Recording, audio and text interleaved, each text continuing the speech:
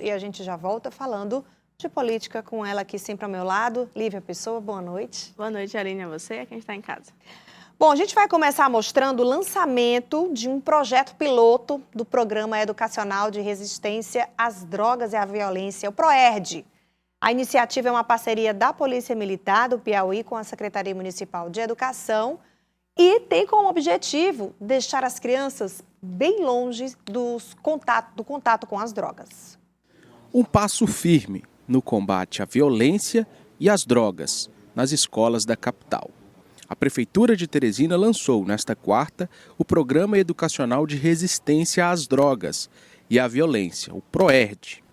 A iniciativa é uma parceria da Polícia Militar do Piauí com a Secretaria Municipal de Educação e terá o desafio de educar as crianças e adolescentes sobre o risco do envolvimento com entorpecentes e a criminalidade. Nós temos um encontro com o PROERD, que é da Polícia Militar, orientando como se deve prevenir, principalmente na questão da droga, que destrói famílias, a juventude, enfim. Essa escola tem mais de 800 alunos que nós temos a missão de educar, que começa em casa, na escola, para não ter ideia errado na rua. Então nós temos mais de 90 mil crianças. Olha aqui, que bela oportunidade, que grande desafio nós temos com as professoras, para educar e fazer um mundo melhor. Com mais de 2 décadas de atividades no Piauí, o projeto concentra 3 eixos principais: a escola, a polícia militar e a família.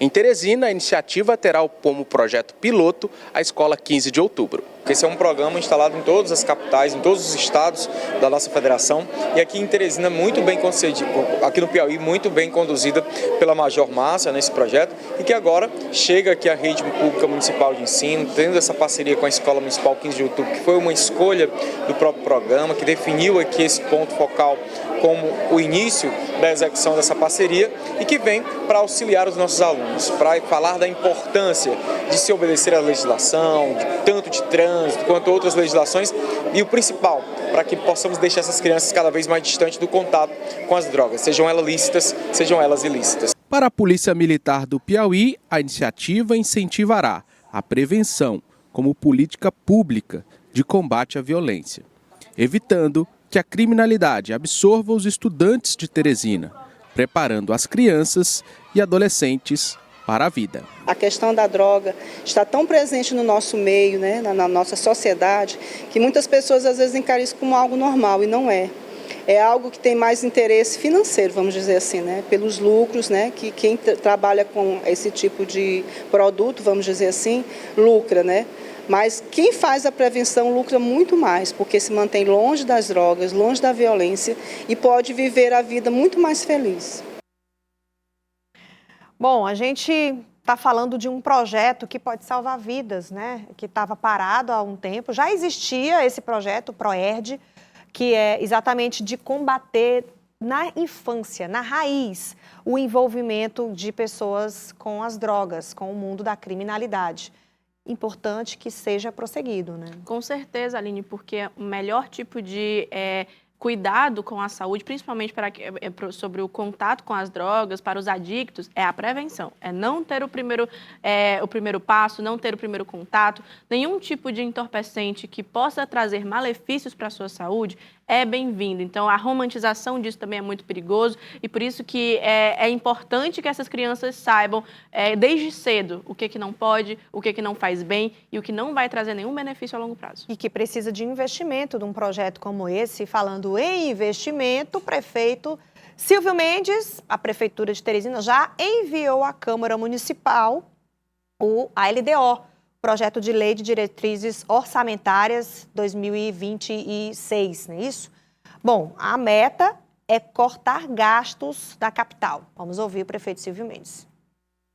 A gente precisa reduzir, com medidas nem sempre simpáticas, reduzir a despesa e pelo menos a metade do déficit que a gente tem nesse ano de 2025, a gente espera ter menos da metade no próximo ano, para poder fazer os investimentos que a cidade reclama. Tem que ter medidas duras e é preciso que a população entenda. Eu não tenho nenhum prazer de fazer isso, mas é necessário fazer. prefeito estava cercado de crianças ali nessa inauguração, era numa escola, Escola 15 de Novembro, né? Muito tradicional na zona norte de Teresina, ele preferiu falar ali, mas o tema é muito relevante e a gente quis trazer aqui porque Teresina já vem sofrendo desde o início da gestão com vários cortes, adaptações, porque já está com digamos assim, uma fissura na economia e nas finanças. E a LDO, que é essa peça orçamentária, ela já vem também com essa perspectiva de redução para o próximo ano. Né? Isso, Aline, mais cedo no Jornal do Piauí, nós brincávamos para facilitar para o telespectador compreender o que significa esse déficit. É como se fosse um cheque especial das contas do município. Então, 2026, assim como 2025, eles já entram no vermelho, eles já começam o exercício orçamentário com algumas dívidas que já estão parceladas, que já estão em negociação e que já fazem parte da peça do orçamento, das contas da capital. Então, não dá para ser, elas não conseguem ser suprimidas a curto prazo. Elas já são um pagamento, uma dívida que ela é estendida por natureza. Então, é por isso que é tão difícil fazer esse equilíbrio das contas, porque a Receita, ela, além desses gastos que já são fixos, um parcelamento a longo prazo, colocando dessa forma, ainda tem os gastos cotidianos, que no caso é o pagamento da folha mensal, que é o insumo para as UBSs, para o hospital, para as universidades, ou para as escolas, assim como também a prestação de serviços terceirizados. Então, assim, são muitas dívidas que se acumulam a curto, a médio e a longo prazo, que precisa, sim, de uma organização bem acompanhada, fiscalizada, para não haver nenhum tipo de desregulação na lei de responsabilidade fiscal. E um dos principais setores que devem ter essa atenção, que sempre está como um dos focos, né, de atenção da Prefeitura de Teresina, é exatamente a saúde, a Fundação Municipal de Saúde. A Prefeitura prorrogou por mais 90 dias o decreto de situação de emergência na saúde pública da capital, que é para poder continuar fazendo movimentando novamente, né, a saúde para que haja insumos, para que haja novamente os atendimentos que voltem ao normal. Por isso, esse decreto de emergência. E hoje, o presidente da Fundação Municipal de Saúde falou sobre a prorrogação desse decreto. Nós tivemos, durante os 3 primeiros meses, um decreto de emergência em que o prefeito Silvio Mendes, pela sensibilidade que tem, pelo fato de ser médico e conhecer a situação em que se encontra a Fundação, foi publicado este decreto, e nós fizemos outras reuniões e constatamos que nós demos já alguns passos à frente, mas que nós precisaríamos renovar por mais 3 meses para nós ficarmos numa situação em que nós tivéssemos segurança para o atendimento das nossas necessidades, principalmente nos nossos hospitais. Uma licitação normal leva de 4 a 6 meses, e nós não teríamos a capacidade de atender, principalmente o HUT, nessas condições normais. Então, esse decreto ele vem para atender a necessidade premente, urgente, das ações das unidades básicas de saúde e dos nossos hospitais. O que é que acontece? Nós recebemos a Fundação Municipal de Saúde, toda a sua estrutura física destruída, a falta total de medicamentos e insumos. Nós temos passos largos, sim, mas nós não temos ainda a capacidade porque os processos estão tramitando das licitações permanentes, de, nesse instante, não ter prorrogado este decreto. Então, se fez pela necessidade, pela conveniência administrativa, mas fundamentalmente pela ação de não permitir a falta, por exemplo, de antibióticos, que são fundamentais no HUT como exemplo. Portanto, essa licitação que fica dispensada para que todos os equipamentos, os produtos necessários para a manutenção da saúde na capital sejam comprados rapidamente, né? Sejam adquiridos rapidamente. Lívia Pessoa, hoje você conversou com o deputado federal Francisco Costa, do PT. Isso, Aline, o deputado federal petista e que também foi um dos presidentes da Comissão de Saúde na última gestão, no caso em nível de Congresso, na Câmara Federal, ele viajou à África para poder fazer uma agenda institucional, juntamente com o ministro Alexandre Padilha, da Saúde, para falar ali com alguns países que falam a língua portuguesa sobre o atendimento da saúde digital. E existe, inclusive, uma previsão para que essa comitiva de países africanos venha para Teresina para poder estudar um pouco sobre o projeto estadual Saúde Digital. Eu fiz parte da delegação brasileira, né, capitaneada pelo ministro da Saúde, Alexandre Padilha, e como representante da Câmara e também da Comissão de Saúde, acabei acompanhando toda essa discussão. Trata-se de um encontro dos ministros da Saúde da comunidade dos países da língua portuguesa. São nove países, dentre eles Brasil, Portugal, Angola, Cabo Verde, Moçambique e além de outros, como também o país que foi sede desse encontro, São Tomé e Príncipe. E vem também esse tema da telemedicina como um caminho para ajudar a superar essas limitações, essas dificuldades. Você tem ideia, o país São Tomé e Príncipe tem algumas especialidades médicas que ele não tem profissionais no país, então isso acaba gerando uma dificuldade. Então a telemedicina poderia ser uma alternativa e no meio dessa discussão, inclusive foi apresentado para esses países a experiência bem-sucedida do estado do Piauí. Bom, o deputado federal também falou sobre uma reunião da bancada do PT em Brasília para definir estratégias para as eleições de 2026. Meu nome para a candidatura eu não tenho deixado como alternativa, né? Eu estou focado, eu pessoalmente, na minha reeleição como deputado federal, mas sou defensor que o PT possa ocupar mais uma vaga na chapa majoritária, né? Tenho todo o respeito por todos os partidos que dão sustentação ao nosso governador. Cada partido tem que ter sua ambição. E o PT também tem a sua, como nós respeitamos todos os outros partidos que querem ter. É momento de diálogo, a eleição é só em 2026, então é natural. Acho que esse ano a gente tem que trabalhar, dar resposta, né, resultado. Mas essa construção política a gente vai fazendo, dialogando, e o PT, e eu sou defensor que o PT possa, na chapa majoritária, a prioridade seria a candidatura ao Senado. Defendo o nome do nosso colega de bancada, o deputado Flávio Nogueira, que já tem uma longa experiência como nosso candidato a senador. Mas, como tenho sempre colocado, ninguém impõe. A candidatura imposta, ela não prospera. Então, a gente defende, a gente argumenta, porque seria o caminho mais fácil, até mesmo para que a chapa da base do governador Rafael possa conseguir eleger os seus 2 senadores. Então, essa é a defesa que a gente faz, mas temos que respeitar os outros partidos que são aliados, MDB, PSD, PDT, Solidariedade Republicana. Então, são um conjunto, PSB, de partidos que fazem essa aliança, que precisa conversar, mas o PT tem que defender o PT. E eu, como petista, vou defender aqui mais espaço para o Partido dos Trabalhadores.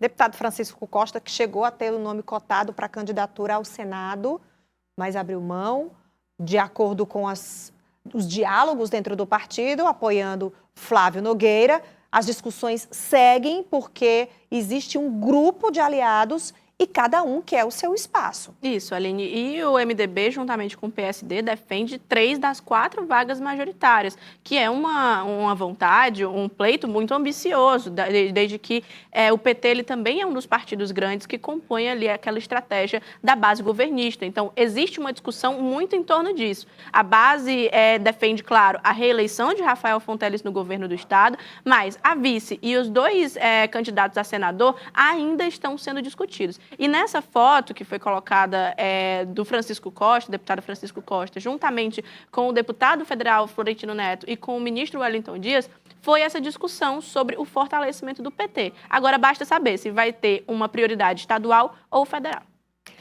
Lívia, pessoal, agora vou te convidar para você levantar aqui, para a gente vir até essa tela, para explicar um pouco, atualizar as pessoas sobre a situação de Tatiana Medeiros, que está presa.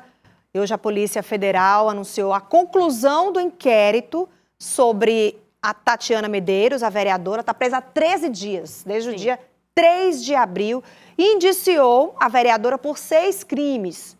Vamos acompanhar aqui na tela os crimes que foram apontados a Tatiana Medeiros: organização criminosa, corrupção eleitoral, falsidade ideológica, organização criminosa por, segundo a Polícia Federal, participar, né, de uma facção criminosa.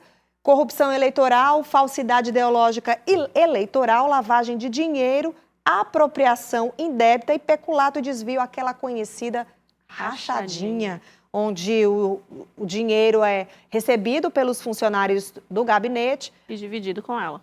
e dividido com ela, segundo sempre a Polícia Federal. E também tem o Alan Dilson, que é o namorado da vereadora que está preso em Belo Horizonte. Foi preso na primeira fase da operação Isso. da Polícia Federal em Belo Horizonte.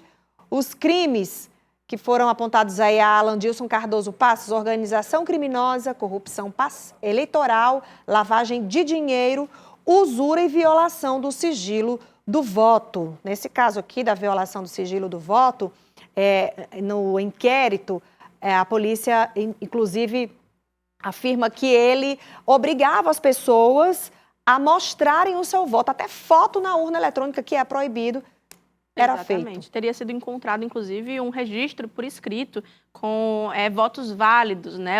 Quais os eleitores que teriam essa comprovação do voto por meio de dizer o título eleitoral, de falar qual era a seção que votava, de tirar a foto, de saber qual era a camisa que a vereadora estaria usando dentro da urna. Isso encontrado e explicado pela Polícia Federal. Então, isso que também é um dos crimes eleitorais que eles estão respondendo. O padrasto da Tatiana Medeiros também foi indiciado, Estênio Ferreira Santos. Os crimes: organização criminosa, corrupção eleitoral, lavagem de dinheiro, usura, apropriação indébita, peculato, desvio e violação do sigilo do voto. O inquérito é bem robusto e o processo também, que está no Tribunal Regional Eleitoral, muito grande. Inclusive, o processo é aberto ao público. Antes era até fechado, agora está tendo acesso, a população pode ter acesso, mais de 800 páginas desse processo. E, Aline, tem uma tendência de ter sido aberta ao público porque foram pedidos pelo partido, pelo PSB, acesso à quebra desse sigilo do partido, assim do processo, assim como também da própria comissão de ética, dos vereadores da capital. A população começou a questionar muito sobre isso. Então, assim, é um assunto que tem um tom novo, inédito para a política teresinense. Nunca tinha acontecido isso antes, pelo menos não desse formato, envolvendo possivelmente uma organização criminosa e uma lavagem de dinheiro para uma compra de votos. Então, são muitas camadas investigadas e que interferem diretamente nessa investigação e como ela está procedendo. Então, serve não só como um exemplo, mas também um símbolo de como que a justiça eleitoral, aliada ao poder judicial como um todo, está investigando esse caso. Então, é realmente muito emblemático esse momento. Vamos só mostrar aqui, antes da gente encerrar esse assunto, rapidinho, olha o que a Polícia Federal colocou no inquérito também, anotações que foram encontradas nesse que está sendo chamado de caderno rosa, porque ele realmente era cor de rosa. Exatamente. Essas do lado aqui, do meu lado esquerdo, são as anotações de fato, e aqui o que a Polícia Federal fala, que são referentes a gastos com a campanha, gastos previstos, citação dos valores, fala sobre os líderes, fala sobre gastos com gasolina, com gráfico. Então, mostra nomes de lideranças e até as datas com seus respectivos valores. Vamos mostrar uma outra página também, que é a continuação dos nomes de lideranças com datas e valores, entregando mesmo, olha, anotações de valores totalizando R$ 23.750 e a descrição 230 fotos. Ou seja, esses 23 mil teriam resultado nesses 230 votos. Enfim, essas são as anotações que foram encontradas, que serviram como provas para a própria Polícia Federal. Que a gente inclusive dentro da ONG, que ela era responsável, né? Que ela era uma das criadoras. Então, assim, muito complicado, são provas muito contundentes que a investigação da Polícia Federal encontrou, inclusive que representam justamente os argumentos trazidos pela Corte Eleitoral em fazer a manutenção dessa prisão preventiva. Então, realmente aguardar os próximos passos em relação a isso.